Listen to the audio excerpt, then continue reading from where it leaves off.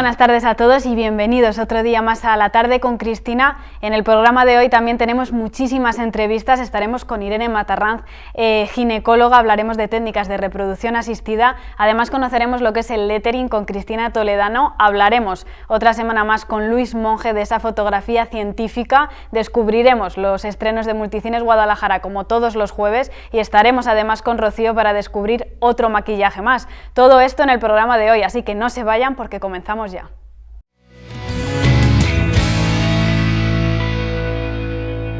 Continuamos con el programa de hoy. Vamos a hablar ahora con Cristina Toledano, experta en lettering. Nos vas a explicar qué es esta disciplina, cómo empezaste a interesarte por ella y lo primero de todo, muy buenas tardes y bienvenida a La Tarde con Cristina. Muy buenas tardes.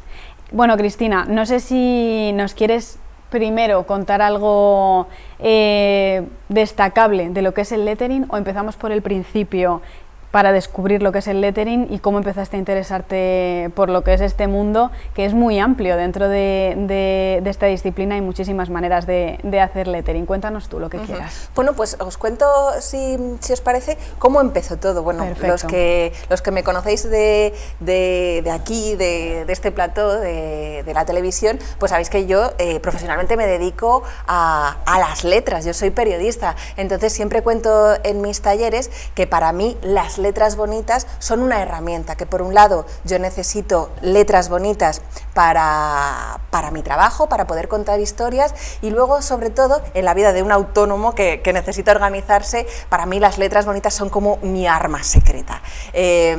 Para pasar de Cristina Toledano a la señorita Tilde de la Alcarria, pues yo me pongo este mandil, me armo con mis rotuladores y entonces de alguna manera me transformo. Yo considero que a mí las letras bonitas me dan ese poder de jerarquizar información, de poder explicar mejor las cosas y por otro lado, algo muy importante en nuestra profesión, también de alguna manera vestirlo, ese envoltorio, que no es lo mismo tomar esas notas que tomamos rápidamente los periodistas así tan feos, que hacerlo de una manera más atractiva, con colores y tal. Entonces, supongo que es algo, perdona que te corte, que a lo largo de toda tu vida has querido hacer las letras más bonitas, has preferido ese modo de vida a tirarlo, lo que acabas de decir, pero ¿cuál es el momento en el que dices, de esto voy a crear algo más bonito que simplemente escribir para mí?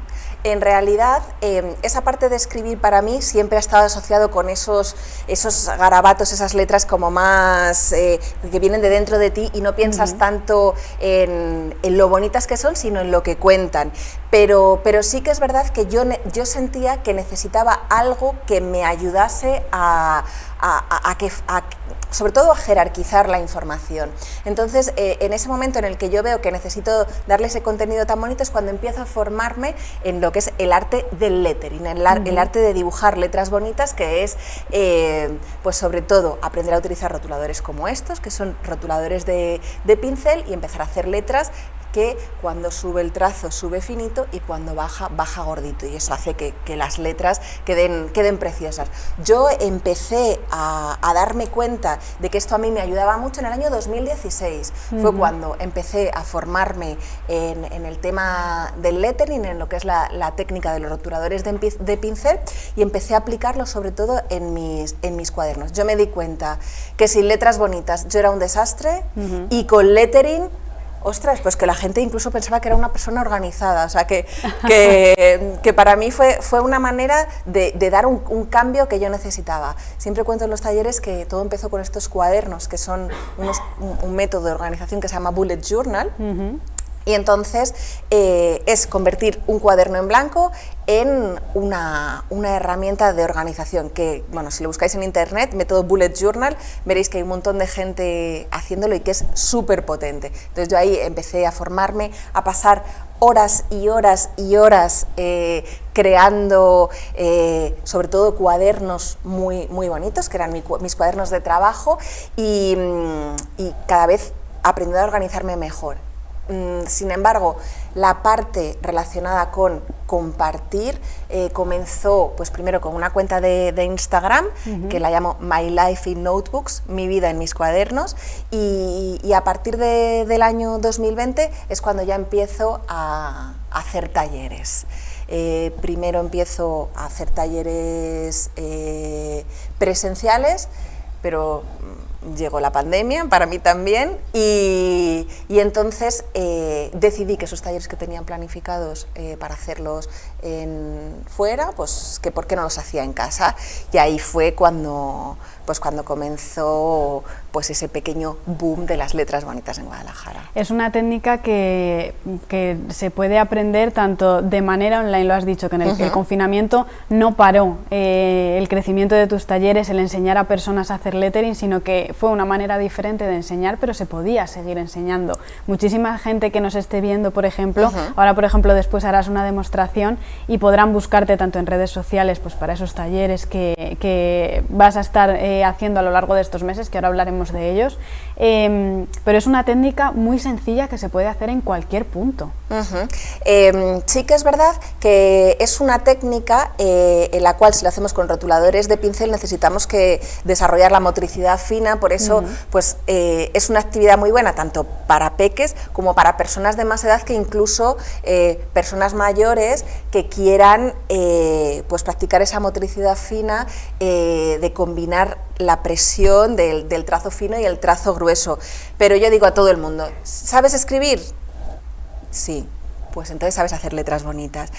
Sí que es verdad que para niños, niñas, pues que todavía están aprendiendo, que tienen muchas ganas porque les encanta y quieren ya entrar en los talleres con 6 años, 7 años, pues es demasiado pronto. Pero ya cuando ya han aprendido a hacer su caligrafía, tipo como la de los cuadernos Rubio de toda la vida, pero que ya saben unir bien las letras y tal, ya a partir de los 9 años, a mí me parece que ya de 9 a 99 es la edad perfecta para hacer estos talleres. Se me ocurre una pregunta que no sé si es buena o no es buena, porque yo de lettering la verdad que no entiendo, pero al final es una técnica, pero tiene esa parte a lo mejor de imaginación, de que tú puedes darle el toque que tú quieras, o sigue una línea fija.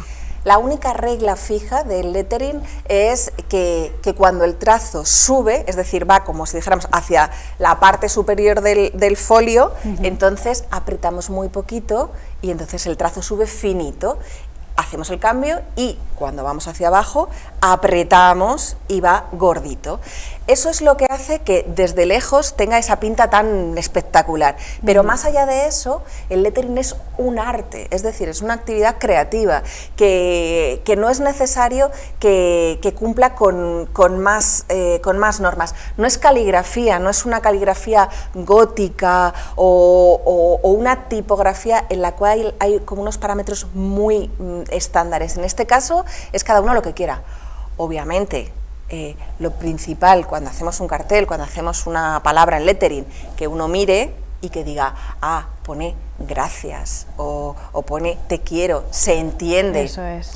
Eso es la regla básica, pero más allá de eso está todo permitido. Vamos a hablar, si te parece, de los talleres que has ido haciendo, porque tanto para pequeños como para más mayores, al final es una técnica que puede aplicarse a cualquier edad, a cualquiera que esté interesado en aprender lo que es el lettering y hacer letras bonitas. ¿Cuáles son los talleres que has ido haciendo estos meses y cuáles son los futuros, para que todo el mundo que esté interesado sepa cómo contactar contigo y lo que puede aprender de ti?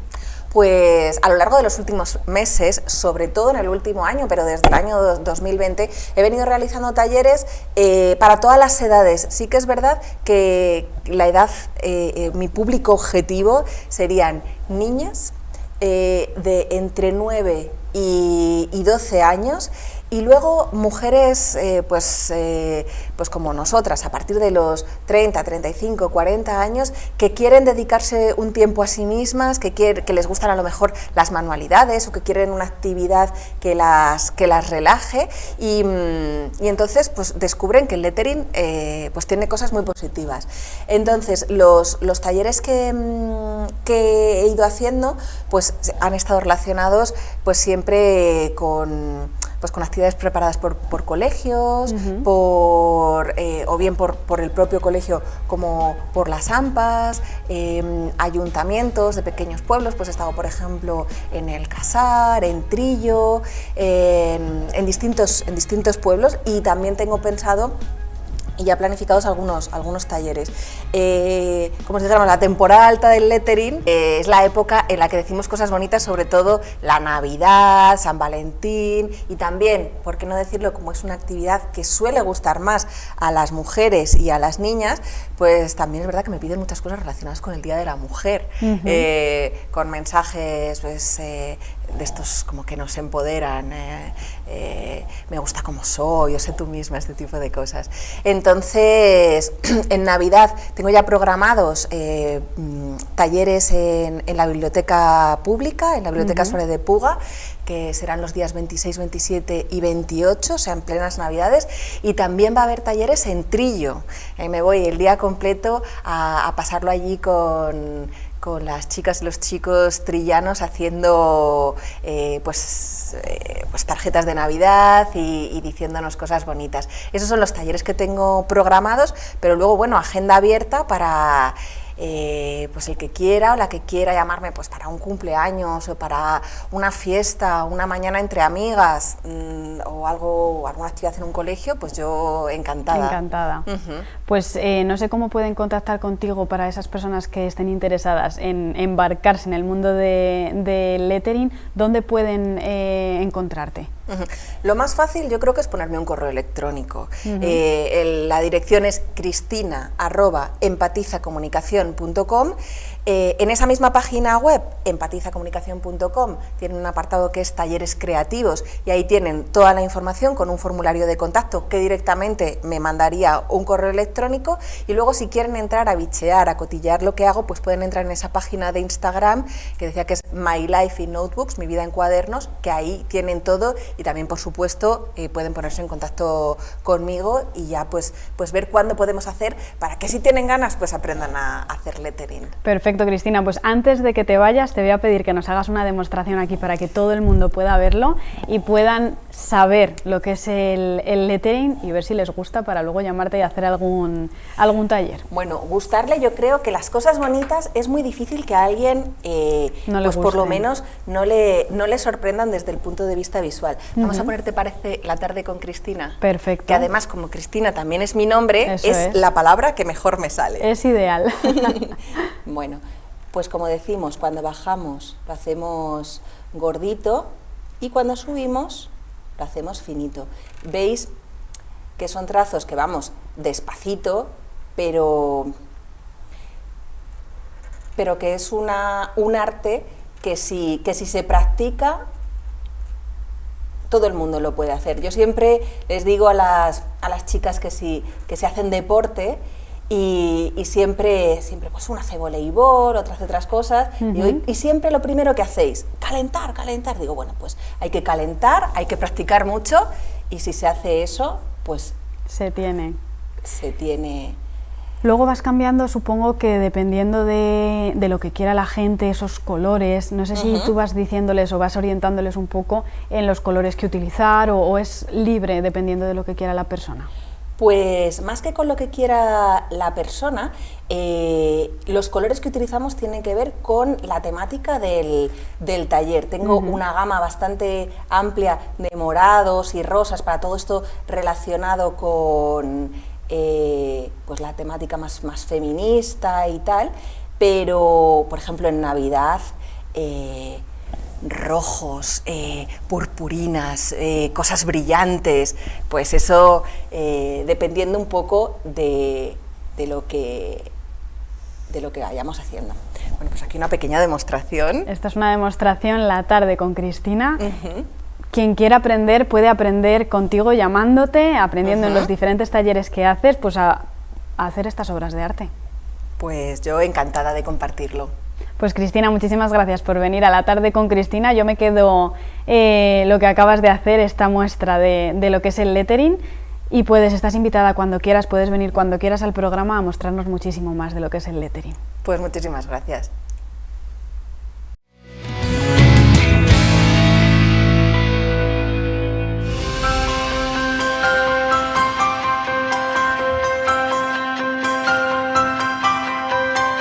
Continuamos con el programa de hoy y vamos a hablar ahora con una médico, una ginecólogo, con Irene Matarranz, que la recordaréis de hace un par de programas, antes del verano más que hace un par de programas, estuviste con nosotros hablando de técnicas de reproducción asistida.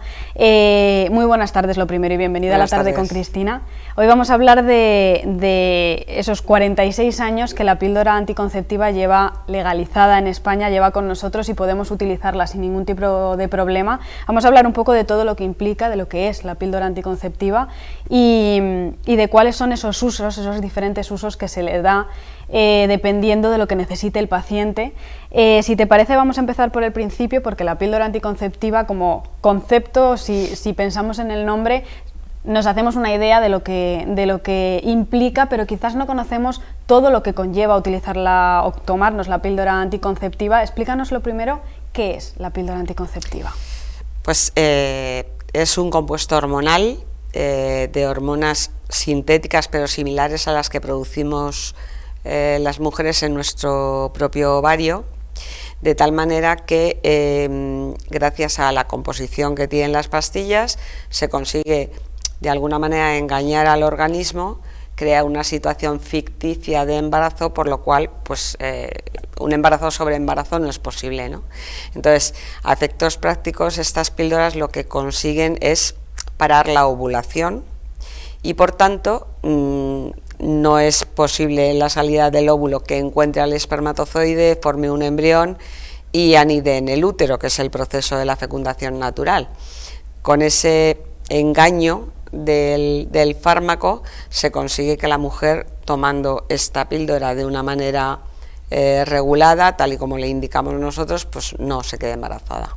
¿Cuál es la historia de la píldora anticonceptiva? Porque son 46 los años que lleva ya legalizada en España, pero es muy largo el proceso de creación de una píldora anticonceptiva, de ver cómo se gestiona, lo que provoca en el cuerpo humano. ¿Nos puedes hacer un resumen de lo que fue la historia, la creación de la píldora? A ver, la primera píldora es autorizada por la FDA en Estados Unidos en 1960. Se fabrica allí, por tanto, la primera píldora. En Europa llega como tal en 1961 y a España unos añitos más tarde, en el 64. Lo que pasa es que llega no con el nombre de píldora anticonceptiva, llega con un nombre de un compuesto hormonal de uso ginecológico con otro uso, no el de la anticoncepción, sino el uso que se le daba era pues para regular las reglas, para disminuir el dolor de las reglas, otros usos ginecológicos, porque en España no era legal. Otra cosa es que las mujeres supieran que existía este compuesto, que servía como método anticonceptivo y que se buscaban sus mañas, por así decirlo, para conseguirla, ¿no? Y de hecho la conseguían. Lo que pasa es que el ginecólogo que las prescribía, que se las daba, no le decía: te estoy recetando un anticonceptivo, sino te estoy recetando esto para regular tus reglas, o lo que fuera. Y con esa prescripción la mujer podía ir a la farmacia a pedirla, eso sí, también con una serie de situaciones un poco rocambolescas, pues entraba en las farmacias cuando no había nadie, ¿no? Se le pasaban la receta al farmacéutico y el farmacéutico también, si no había nadie, pues le daba su caja de anticonceptivos. Si en ese momento entraba otra persona a la farmacia, pues tenían que decir, pues deme por favor un esparadrapo o una caja de tiritas. O sea, este tipo de historias, porque no era legal. Y luego tampoco se recetaba en todas las farmacias. Había farmacéuticos que se negaban, de la misma manera que había ginecólogos que también se negaban. Porque, bueno, no era legal, por tanto, la gente tenía sus reticencias éticas o religiosas o del tipo que fueran, y luego además no tenía muy buena fama, no tenía muy buena prensa. Las primeras píldoras tenían una composición hormonal que en nada se parecía a las actuales, de otro tipo de fármacos y a otras dosis, y los efectos secundarios que podían tener en aquella época eran radicalmente diferentes a los que tienen las píldoras actuales, que son muy escasos por no decir que escasísimos. Entonces, también había esta reticencia a la prescripción de la píldora, incluso pues había prensa amarilla alarmista del tipo de las mujeres se pueden quedar calvas, producen cáncer de mama. Sí, todo tipo de todo tipo, cuando a día de hoy, por ejemplo, sabemos que es al revés, o sea, la píldora anticonceptiva protege de ciertos tipos de cánceres en las mujeres, como puede ser el cáncer de ovario o el cáncer de endometrio. Entonces, todo esto fueron los inicios. Han pasado 40 años y la píldora como tal, su composición, la dosis, todo esto ha cambiado una verdadera barbaridad. Y ahora se prescriben con bastante seguridad y no solamente pues eso para evitar un embarazo, sino que tienen otros múltiples usos en ginecología. Coméntanos, Irene, cuáles son esos diferentes usos que se les puede dar a la píldora anticonceptiva. Pues desde regular las reglas cuando la mujer tiene reglas irregulares o muy abundantes, por ejemplo, hasta evitar el dolor de reglas que no cede con otro tipo de tratamiento, el acné, el exceso de vello, lo que llamamos hirsutismo, la caída del pelo, o sea, incluso tiene usos dermatológicos que están relacionados en algún tipo de mujer con pequeños trastornos hormonales, o sea que el uso anticonceptivo no es el único.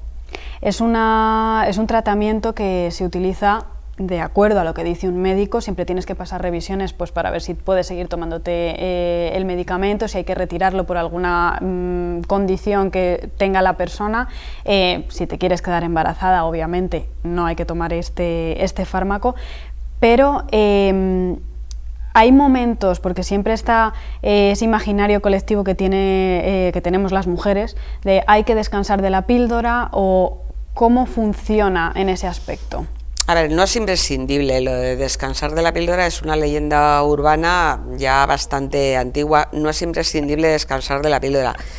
Cuando lo que sí es cierto es que si una mujer ha empezado a tomar la píldora siendo bastante joven, cuando llega a la época fértil y desea un embarazo, sí es prudente para unos meses, pero no por eliminar el efecto de la píldora o lo que sea, sino simplemente para saber si ella tiene ciclos regulares, que claro, tomando la píldora eso está enmascarado, si ella tiene ciclos regulares o no, porque si resulta que se deja de tomar la píldora y se pasa 8, 9 o 10 meses sin tener la regla, no por la píldora, sino porque le iba a pasar igualmente, aunque no hubiera tomado la píldora, pues eso hay que diagnosticarlo e investigar la causa de por qué está ocurriendo eso de cara a la futura fertilidad.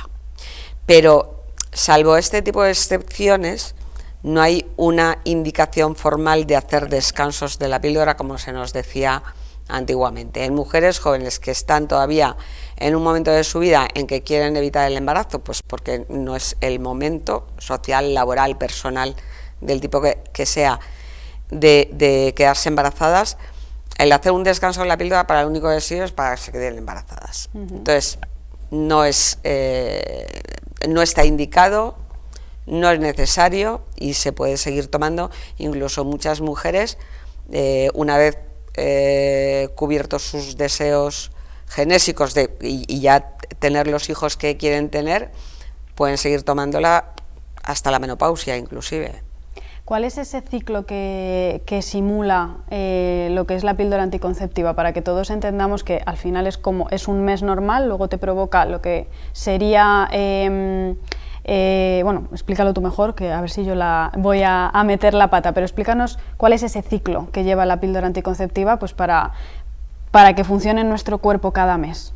A ver, hay diferentes tipos de anticonceptivos, ¿no? Unos que los compuestos hormonales que llevan la píldora fundamentalmente son estrógenos y progesterona, y luego hay otra píldora que solamente lleva progesterona.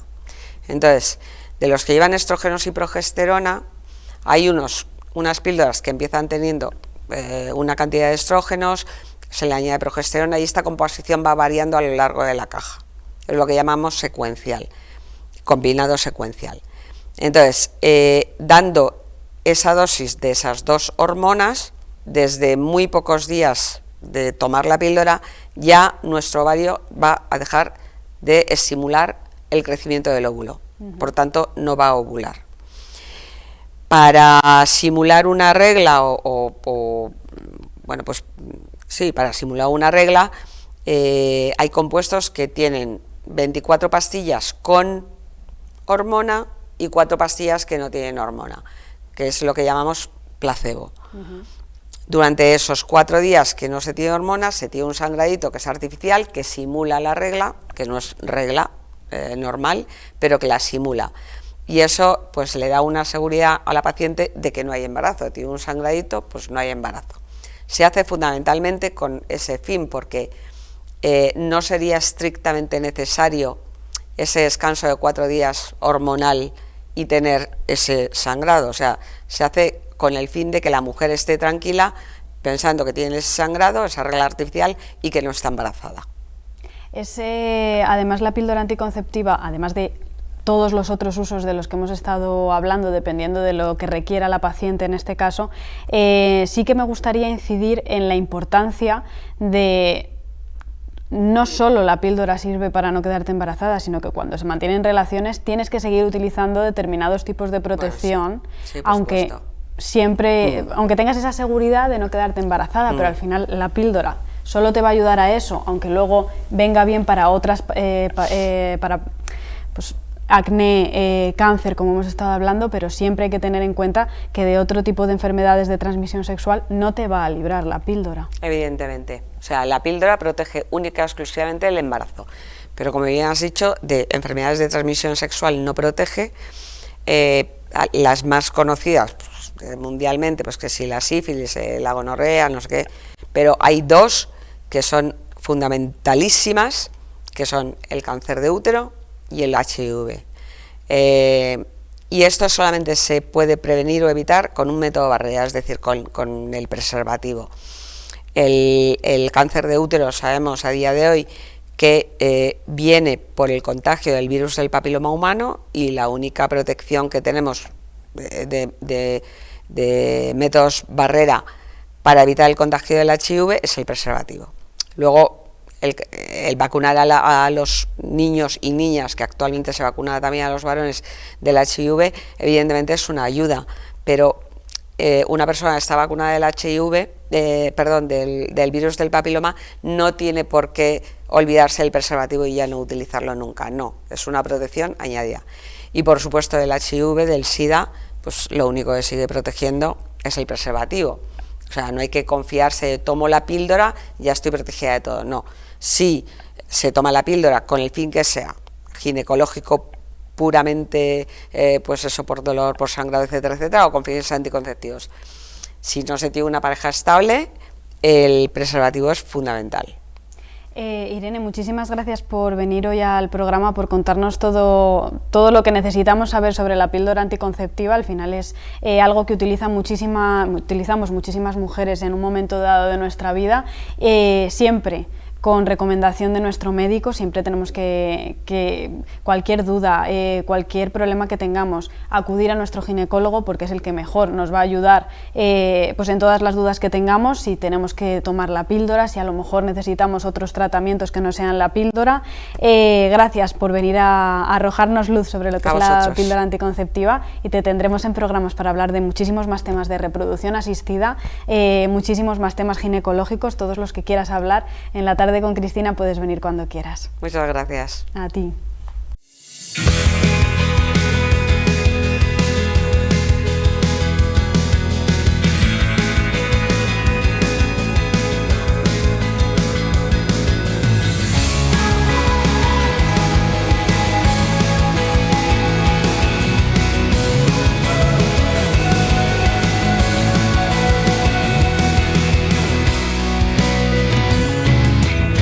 Continuamos con el programa de hoy. Hoy tenemos a un invitado que ya conocerán de otras ocasiones. Estamos con Luis Monge. Muy buenas tardes y bienvenido a la tarde con Cristina. Buenas tardes.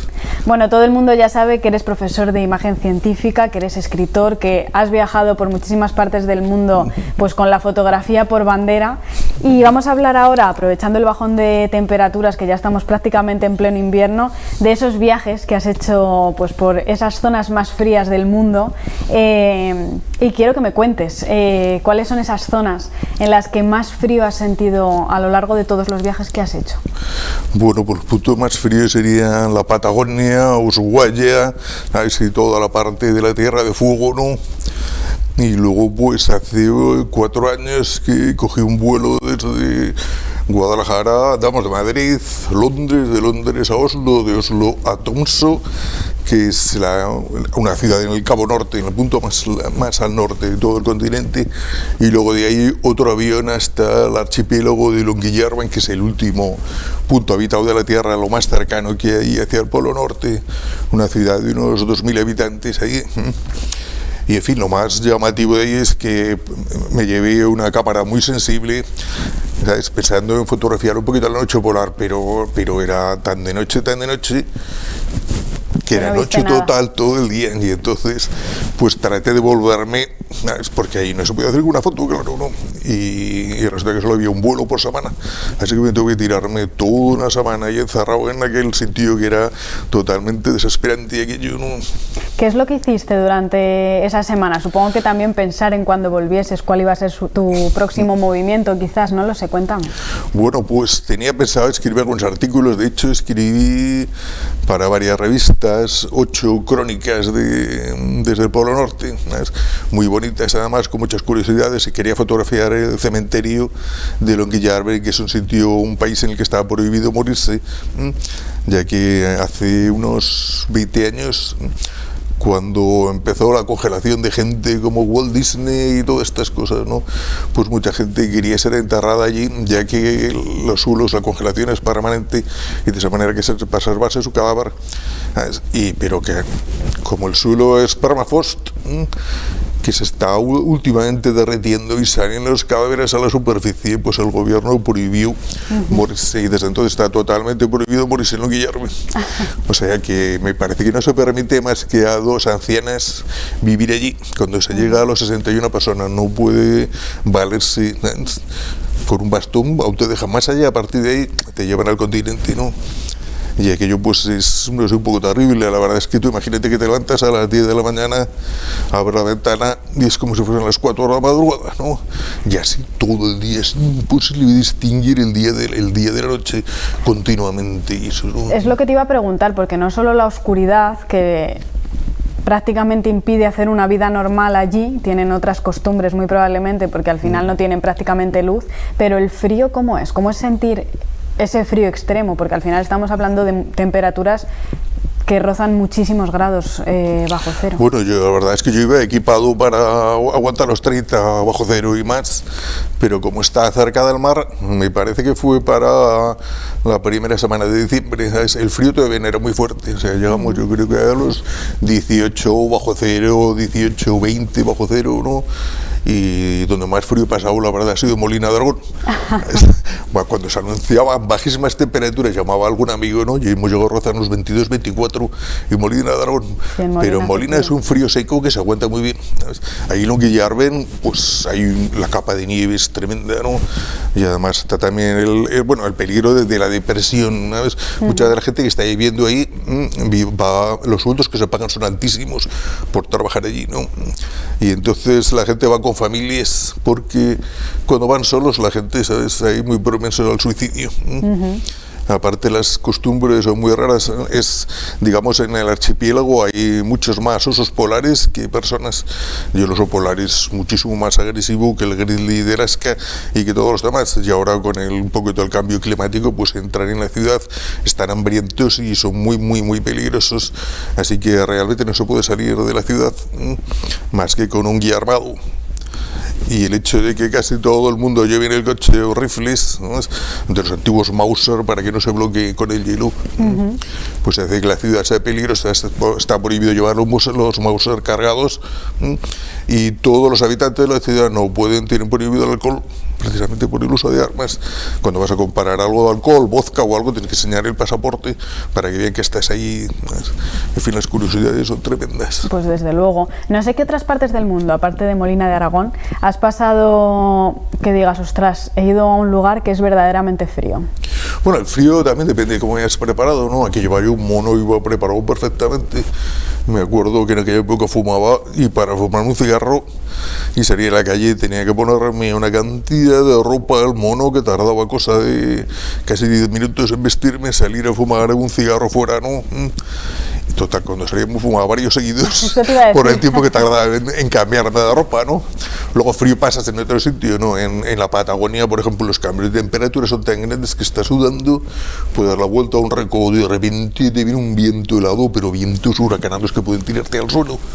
Y entonces la sensación de frío es tremenda, mucho más grande, ¿sabes? Sí, que al final es una sensación que, bueno, a lo mejor para gente que a lo mejor haya ido a sitios a ver las auroras boreales, sí que llegan a sentir parte de ese frío, aunque nada que ver con las zonas en las que has estado. No sé si para ver auroras boreales, ¿cuánto tiempo has estado esperando y cómo ha sido la experiencia? Bueno, realmente las auroras boreales son un poco decepcionantes. ¿Sí? En la cámara sale mucho mejor que las veces dicho. Las primeras las veía, hacía una fotografía, ¿sabes?, con trípode, ¿sabes?, con la luz de ambiente, muy exposición muy larga, ¿no? Y no había nada. Y luego miraba la foto, antes hay auroras boreales, ¿sabes? Luego, por supuesto, hay auroras boreales intensas. Ahí, de hecho, había monitores en la ciudad, ¿no?, en los albergues en los que llevaba lo de la actividad solar, las probabilidades y eso, aunque tuve mala suerte, porque el sitio está tan al norte, tan cerca del polo, que no sé si habrás visto alguna vez ilustraciones de las auroras boreales, que es como una corona que rodea el polo norte. Sí. Y como estaba tan arriba, para ver las auroras boreales, en vez de mirar al norte como todo el mundo, tenía que mirar hacia el sur, porque estaba me pillaba mucho más atrás, ¿sabes? Pero en fin, son espectaculares. Tengo una fotografía precisamente cuando fui al cementerio, que estaba fuera del límite de la ciudad, y me estuve arriesgando bastante porque no estaba dispuesto a pagar 200 euros aún para que viniese un tío armado conmigo, ¿no? Entonces fui solo por allí a fotografiarlo. Me acuerdo al hacer la fotografía tropecé, me caí en un hoyo de estos de nieve que te metes hasta la cintura y se me escapó uno de los guantes, y ahí se te congela la mano rápido, ¿sabes? Sí, que al final es un frío extremo. Sí, bueno, si no has equipado, sí, no. Y luego ya le encontré el guante enganchado en una tumba.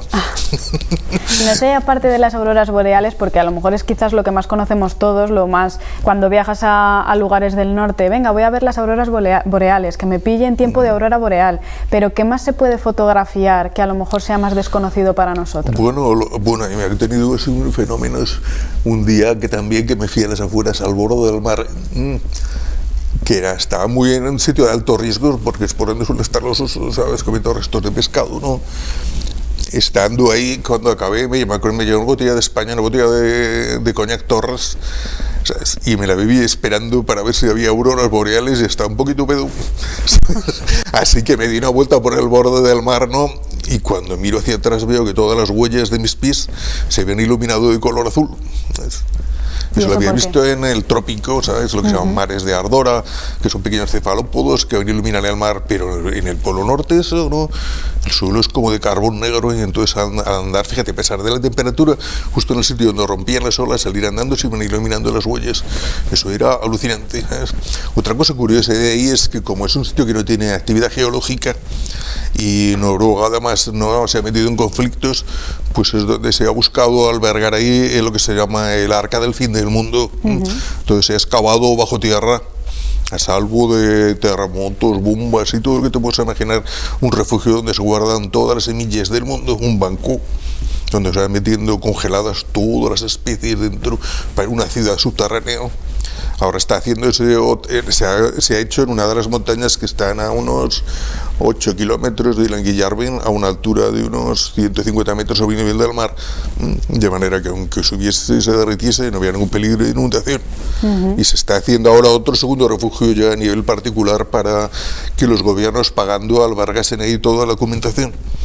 Ahora con esto de las garras está lo que se llaman los impulsos electromagnéticos que pueden destrozar ordenadores, bases de datos y cargarse todo con una bomba de impulso electromagnético. De manera que un país entero puede volver a prácticamente la de piedra casi al borrarse. Entonces están guardando toda la información y lo curioso es que para almacenar la información se ha vuelto a recurrir a la vieja película fotográfica que nos habíamos dado ya por obsoleta, ¿no? Un tipo de película especial que está fabricando Kodak, ¿no? De altísima resolución, entonces se está microfilmando, digamos que en 1 milímetro puedes meter unos 8 o 12 folios en 1 milímetro, ¿sabes? Se filman documentos, descripciones, obras de arte, por si la humanidad desapareciese en el futuro, la forma más fácil de recuperar esa información sería la microfilmación. La tendríamos todo lo posible, todo lo que dé tiempo. Ojalá. Ay. Vamos a hablar también de Antártida, perdón, iba a decir yo la Atlántida, no estamos en la Atlántida, en la Antártida. Los viajes que has hecho a la Antártida, pues para esas expediciones científicas, ¿con qué objetivo has ido a hacer? He estado en el Círculo Polar Antártico. A la Antártida se entraba, para poder acceder, se accedía por programas de investigación de la universidad. Y cuando lo intenté, yo fumaba en aquella época, y entonces había que pasar un examen allí, no sé, me parece que repatriar a una persona costaba, no sé si eran cerca de 10.000 euros o 50.000 euros, una barbaridad de cualquier enfermedad, de manera que había pasado un examen médico, no podías tener ni una caries, por supuesto, no podías fumar ni etcétera, ¿sabes? Y pasar un examen físico que no lo pasé, así que me quedé con ganas. De todas maneras, aquello es aburridísimo, ¿sí? Porque la estancia ya podía ser 3 meses o 6 meses, y estás metido ahí en una especie de contenedor, ¿no? Que no tiene más que un montón de DVDs para ver películas, ¿sabes? Fotografiar, hacer salidas a comprobar datos de aparatos, ¿no? Y eso es toda la vida, imagínate qué aburrimiento. Supongo que habrá también Noche Polar, pero como sea como la otra, la de Longillarben, aquello es la verdad. Tú imagínate por la calle los niños jugando como si estuviese en la playa, pero en la nieve, totalmente de noche. Los niños van con una especie de arneses fosforescentes que llevan lucecitas y que parecen como árboles de Navidad andando por allí, eso, ¿sabes? Y luego a los padres alrededor, algunos con rifles vigilando la zona donde juegan y eso. Sí, que al final son lugares que los tenemos un poco en la mente, pero nunca llegamos en realidad a saber lo que ocurre allí, cómo vive la gente y esas costumbres que son tan diferentes, porque al final el frío cambia drásticamente la calidad de vida y cambia la forma de vivir. Es que es una pesadilla, es una pesadilla. Es como si el sol hubiese desaparecido para siempre. De hecho, están ahí casi 6 meses. Hay una fiesta, me parece que es para el 18 de marzo, el antiguo hospital de ahí, que quedó destrozado de una avalancha de nieve, ya que está entre 2 montañas, se conserva la escalera de madera, y entonces ese día concreto, ¿no? Está todo el pueblo esperando con una banda de música, ¿no? Y esperan a que el primer rayo del sol entre y pegue en la escalera del antiguo hospital en ruinas, ¿no? Y en ese instante hay 2 días de fiesta, ¿no? Y arranca la música, la banda local, una banda que traen, arranca con el Haircom de los Beatles, ¿sabes? Con la música y tienen 2 días de fiesta, ese día se permite beber, etcétera, ¿no? Qué curioso, sí, la verdad que es súper curioso. Pues Luis, muchísimas gracias por venir otro día más al programa, por contarnos todas estas aventuras, y esperemos que puedas volver pronto para seguir contándonos muchísimas más cosas, porque has tenido una vida llena de aventuras y queremos que nos lo cuentes aquí en La Tarde con Cristina. Nada, encantado, muchísimas gracias a vosotros.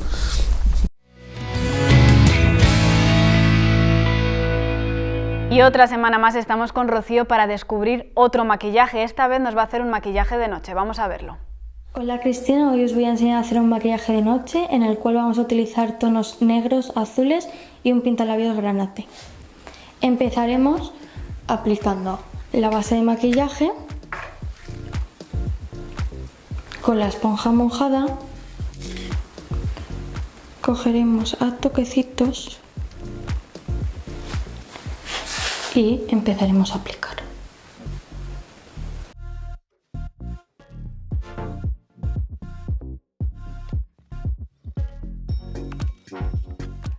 Si vemos que no nos ha dado para toda la cara, volveremos a aplicar un poquito más.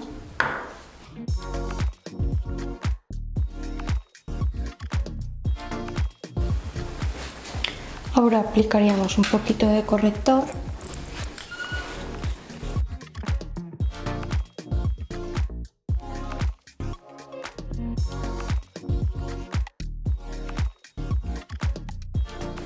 y volveríamos a difuminar.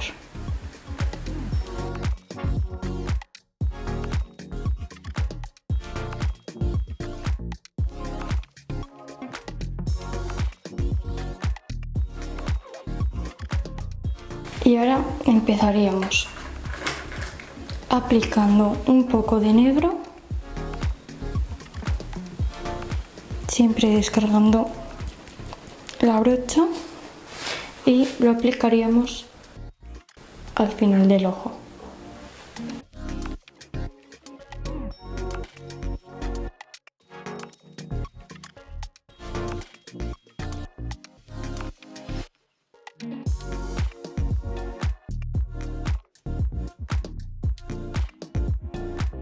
Ahora vamos a pasar a difuminar.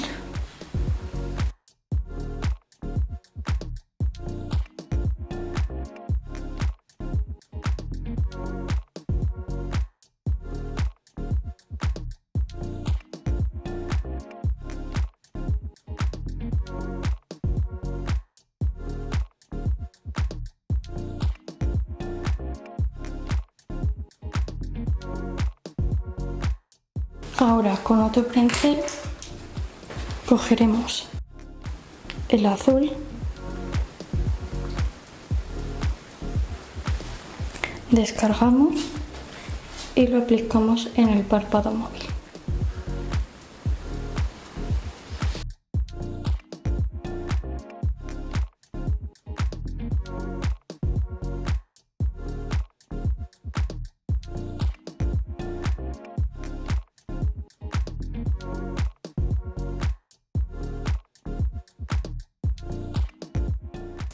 Y difuminamos.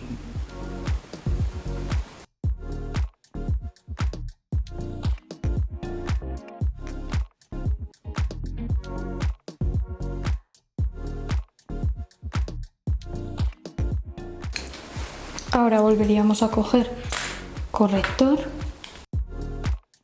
y lo aplicaríamos aquí abajo.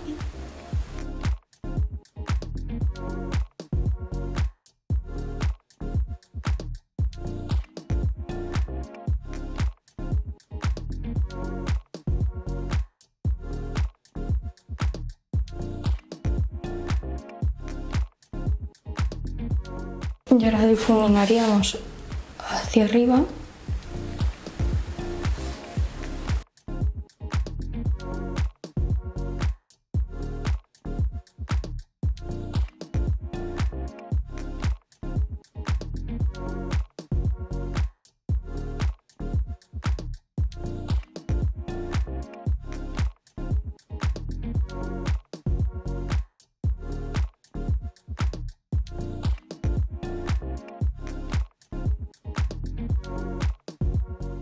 Ahora aplicaremos el contorno o el bronceador.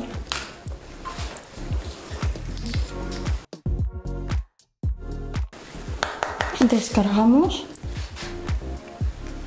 y por su tipo de cara, en vez de ponerlo más así, lo tenemos que poner más descendente.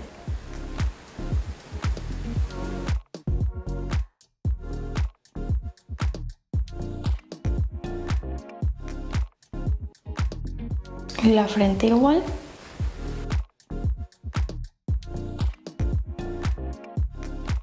Incluso para tapar un poquito lo blanco y que quede igual que la base, con lo que nos sobre del cosmético, también le podemos aplicar un poco. Ahora pasaríamos al colorete.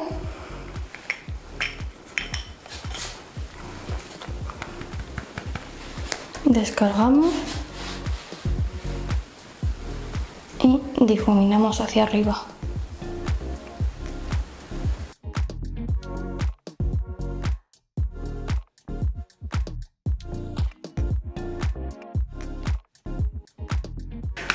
Cogeremos el pincel de abanico y el highlighter para dar brillo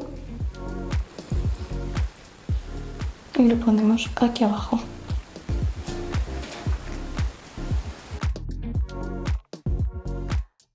Y ahora matificaremos la piel con los polvos blancos para quitar todos los brillos.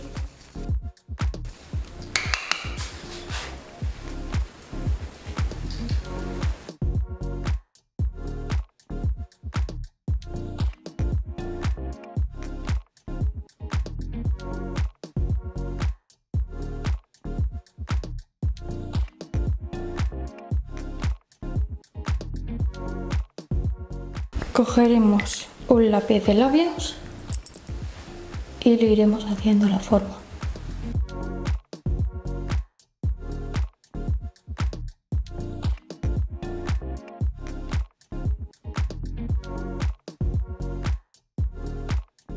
Rellenaremos un poquito por los lados.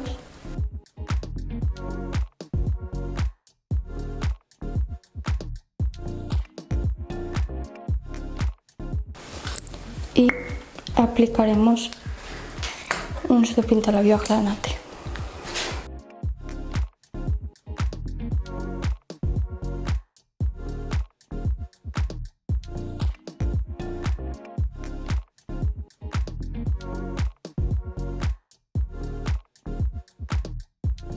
Por último, le haremos las cejas.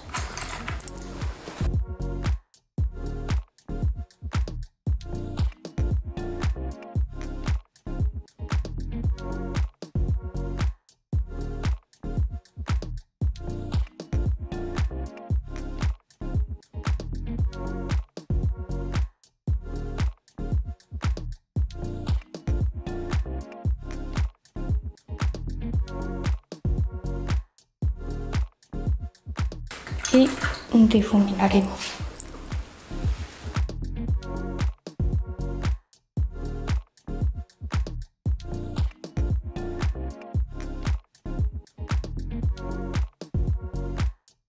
Volveremos a poner el fijador de cejas.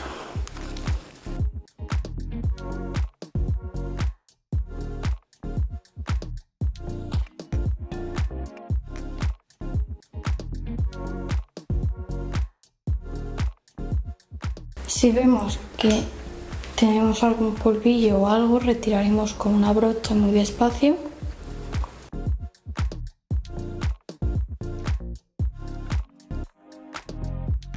Y este sería el maquillaje de noche.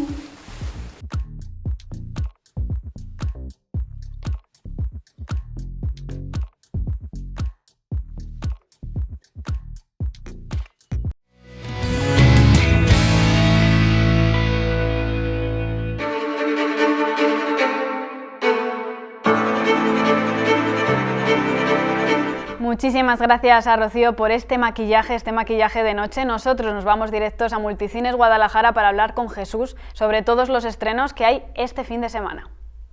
Hola Cristina, otra semana más en tu programa para hablaros desde aquí, desde Multicines Guadalajara, de las películas que tenemos esta semana. Os voy a hablar de esta película, se titula Nunca te sueltes, la protagoniza Halle Berry. Y es una película de terror, es una película para el público juvenil y quizás también un poquito adulto, porque es un thriller, se mezcla un poquito el cine fantástico y esta película nos habla de una madre, que es Halle Berry, que tiene 2 hijos y que por circunstancias que no quiero desvelar, tienen que estar siempre en contacto. En el momento que no hay un contacto, algo terrorífico va a suceder. Tienen que estar sujetos por una cuerda, tocar siempre esa cuerda. Pero ¿qué ocurre? Que un hijo, el más pequeño, deja de tocar esa cuerda y a partir de ahí se desencadenan unos acontecimientos que, bueno, prefiero que vengáis a verla. Nunca te sueltes, día 15, un estreno en Multicines Guadalajara. Pues esta semana otra película de terror, fantástica, muy interesante. Es una película austríaca que ganó el Festival de Sitges y el Oso de Plata en Berlín. Es una película que además va por Austria, va a estar preseleccionada por Austria a los premios de la Academia, a los premios Oscar, y que es una película interesantísima. ¿Qué nos cuenta?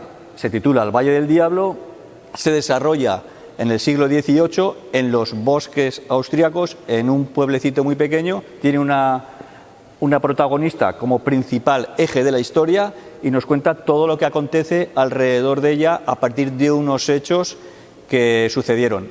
Es una película muy recomendable para el público juvenil y también adulto, porque es una película de autor. Yo la recomiendo encarecidamente, se titula El baño del diablo, también el día 15 aquí en Multicines Guadalajara. Y el plato fuerte de esta semana, de este viernes, lo tenemos aquí, Gladiator 2. Gladiator 1 se estrenó hace 24 años, en el año 2000, y después de tanto tiempo nos llega la secuela. No la protagoniza Russell Crowe, porque todos sabemos que en la primera parte muere, pero sí la protagoniza Paul Mescal y Pedro Pascal. La que sí que repite es Connie Nielsen.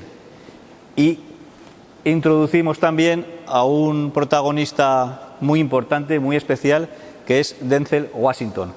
La película he tenido la suerte de verla y os puedo decir que es fantástica. Se la recomiendo a todo el mundo. Van a pasar un rato muy bueno y no desmerecen nada a la primera. Gladiator 2, la película más esperada de estos últimos años. También aquí en Multicines Guadalajara.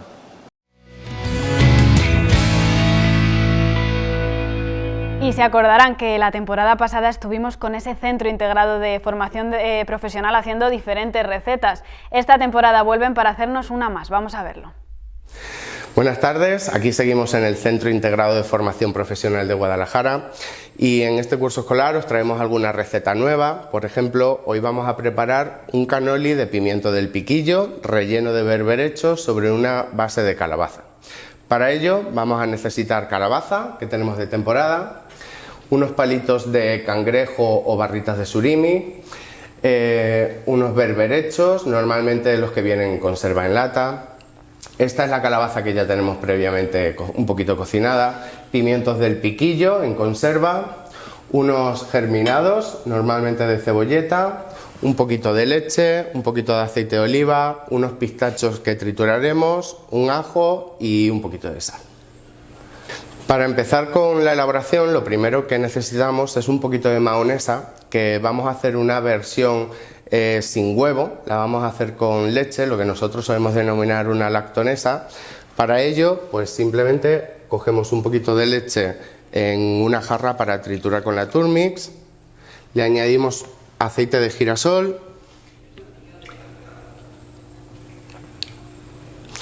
un diente de ajo no muy grande y simplemente nuestro alumno Adrián pasa a emulsionar la salsa. Ten cuidado. Simplemente se trata de triturar bastante. La clave de esta elaboración es que la leche tiene que estar a temperatura ambiente, porque los cambios de temperatura entre el aceite y la leche no se llevan demasiado bien, por lo cual tiene que ser a temperatura ambiente para que emulsione bien la salsa. Lo tenemos, le echaremos un pelín de sal cuando lo tengamos, cuando haya cogido la textura, mueve para arriba y para abajo un poquito y tenemos la textura. Si añadimos más aceite que leche, vamos a ir endureciendo un poquito esta salsa mahonesa. Tampoco nos interesa en este caso que esté excesivamente, que tenga una excesiva dureza. Vale, paramos.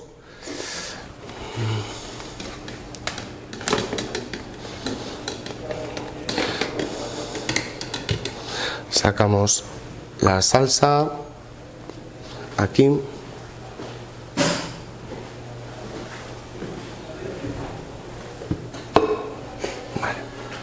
Para seguir con la elaboración vamos a hacer un relleno para nuestro pimiento del piquillo. Previamente, como pueden observar aquí, nuestro pimiento del piquillo lo hemos abierto, lo hemos despepitado si le queda alguna pepita, ya que para comerlo la textura no es muy agradable las pepitas, y hemos cortado un rectángulo con un pimiento del piquillo para luego darle forma de canelón, que es lo que queremos hacer.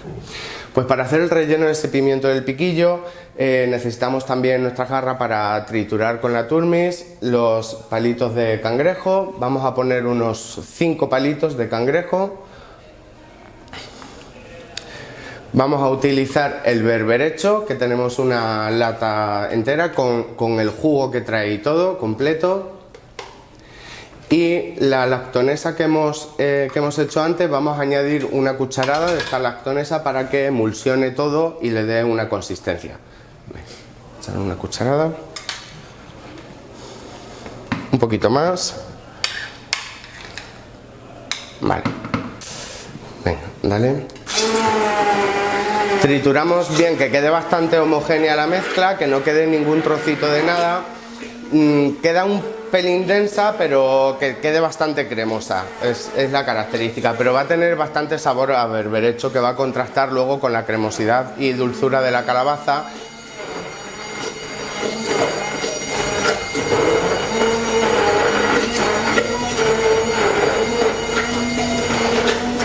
Vale, pues esta crema tiene que quedar bastante cremosa, que contraste luego el sabor a mar que tiene del berberecho con la dulzura de la calabaza y el pimiento del piquillo.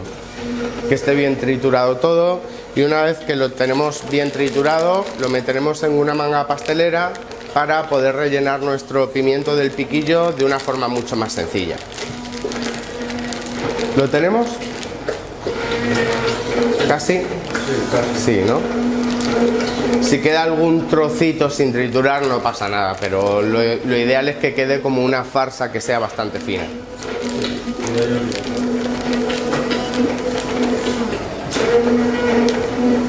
Vale, paramos. Y ahora, toma, rellénalo. ¿Lo vuelco con la lengua? Con la lengua. Rellenamos nuestra manga pastelera con la crema que hemos hecho de berberecho. No tiene un color muy bonito, pero bueno, va a ir dentro del pimiento del piquillo y va a contrastar también con el pimiento del piquillo, que ya verán cómo hace bastante contraste. ¿Vale? Que no caiga ningún trozo que haya quedado. Cerramos nuestra manga.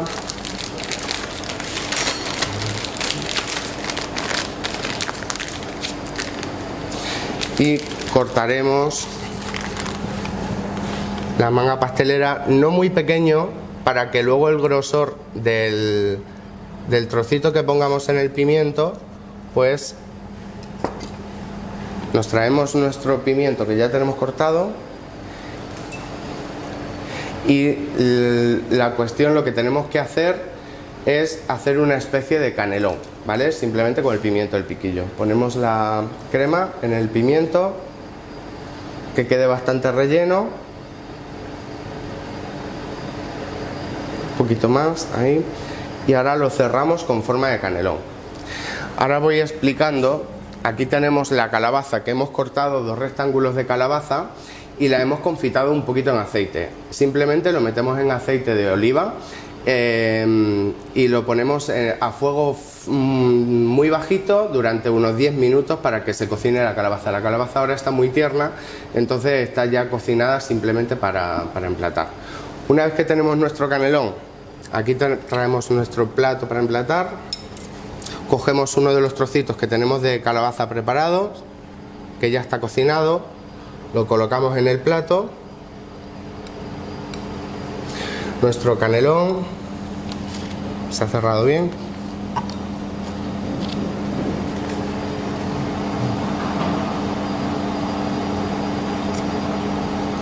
Que no se nos abra.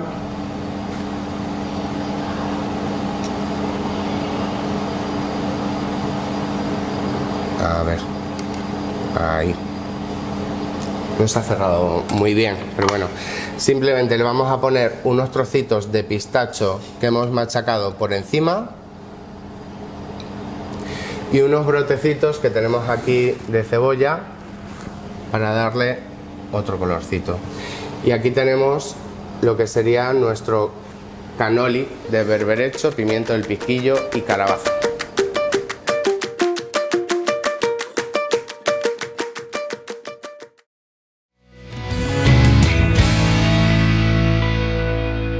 Y volvemos con nuestro compañero Javi Lobo porque nos trae otro reportaje más. Vamos a descubrir de qué se trata. 40 años de la muestra de teatro Espiga de Oro de Azuqueca. 40 años y 40 carteles.